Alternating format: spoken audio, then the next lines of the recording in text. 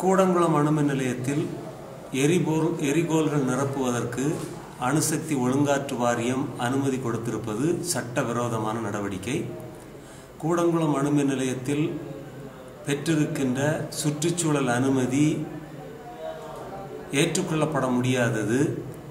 Fukushima விபத்துக்கு பிறகு இந்திய அரசாங்கம் நியமித்திருந்த குழு இந்தியாவில் உள்ள அனைத்து அணுமின் நிலையங்களையும் பரிசோதித்து ஆவண செய்யுமாறு ஒரு நடவடிக்கை எடுத்துக்கொண்டிருக்கும் இந்த தருணத்தில் அந்த நடவடிக்கை முடியும் வரை எந்த விதத்திலும் இங்கே கூடங்குளம் அணுமின் நிலையம் இயங்க அனுமதிக்க மாட்டோம் என்று ஒழுங்காற்று வாரியம் ஒரு உறுதிமொழியை சென்னை உயர்நீதிமன்றத்திலே அளித்திருக்கிறது.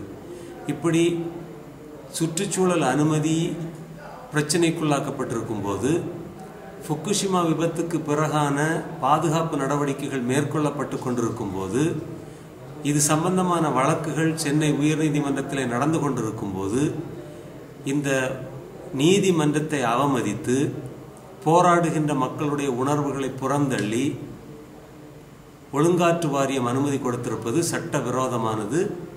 இது இந்தியாவில் உள்ள சட்ட ரீதியான அரசியல் அணுகுமுறைக்கு எதிரானது. எனவே அணுசக்திக்கு எதிரான மக்கள் இயக்கம் இதை வன்மையாக கண்டிக்கிறது.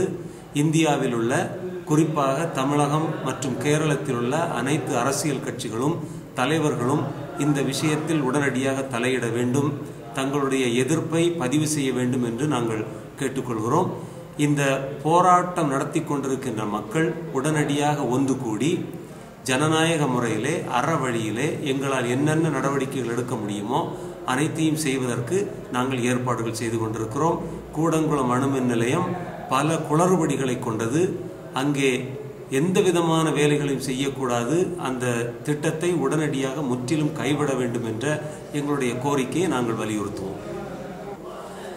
ஏற்கனவே கடலிலே வலை போட்டிருக்கின்ற மீனவ மக்கள் தங்களுடைய வலைகளை உடனடியாக கரைக்கு கொண்டு வருவதற்கான ஏற்பாடுகளிலே இறங்கி இருக்கிறார்கள். நாங்கள் உள்ளூர் பகுதி மக்களிடமும் ஆலோசனைகள் நடத்தி கொண்டிருக்கிறோம். அனைவரும் ஒன்று கூடி ஆலோசித்து முடிவுகள் எடுத்து ஜனநாயக முறையிலே அறவழியிலே அடுத்த கட்ட போராட்டத்தை நாங்கள் தொடங்குவதற்கு ஆயத்தமாகிக் கொண்டிருக்கிறோம்.